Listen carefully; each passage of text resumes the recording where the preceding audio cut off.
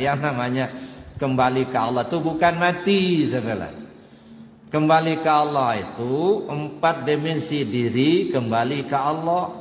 Tubuh kembali ke Allah, hati kembali ke Allah, nyawa kembali ke Allah, rahasia diri kembali ke Allah. Tubuh kembali ke Allah gimana? Aktivitas kehidupan dalam keseharian mengacu kepada aturan Allah dan Rasul. Perintah laksanakan, larangan tinggalkan. Yang halal ambil, yang haram buang. Nah, kalau ini sudah kita lakukan dalam aktivitas kehidupan keseharian, itu namanya tubuh yang sudah kembali ke Allah. Maka orang tua-tua kita dulu selesaikan syariatnya dulu, kan gitu. Supaya kembali dulu tubuhnya. Nah, gimana mau belajar tarekat kalau kerjanya nggak pernah sholat? Ya dah. Malinnya kerja terus, belajar zikir nggak masuk. Ya dah. Makanya selesaikan saja. Kembalikan dulu, selamatkan tubuhnya dulu. Artinya aktivitasnya sudah mengikuti aturan Allah dulu. Nah, kalau ini sudah selesai, masuk kembali hati ke Allah. Bagaimana hati kembali ke Allah? Terpaut hati hanya kepada Allah saja. Tak nyangkut lagi hati ini dengan yang lain. Tak tersangkut dengan jabatan, tak tersangkut dengan duit, tak tersangkut dengan harta, tak tersangkut dengan makhluk. Tersangkut hati hanya kepada Allah. Nah, kalau hati sudah hanya tersangkut kepada Allah saja, nah barulah disebut hati kembali ke Allah. Lalu nyawa kita kembali ke Allah. Siapa nyawa kita ini? Maka ilmu hakikat.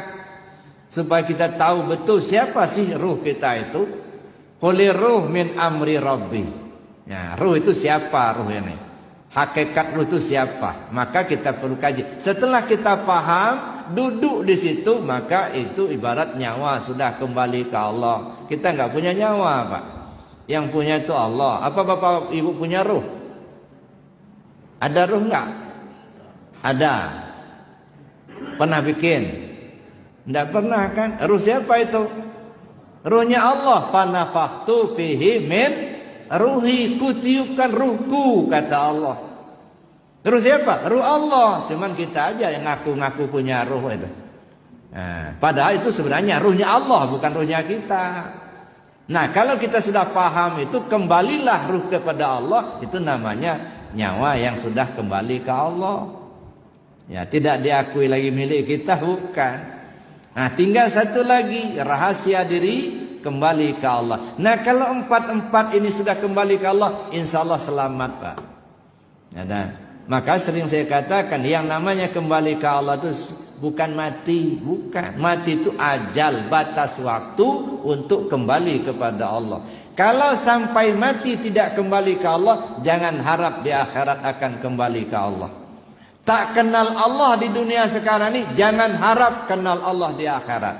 Man kana fi hadi a'ma wa huwa fil akhirati a'ma wa adalla sabila.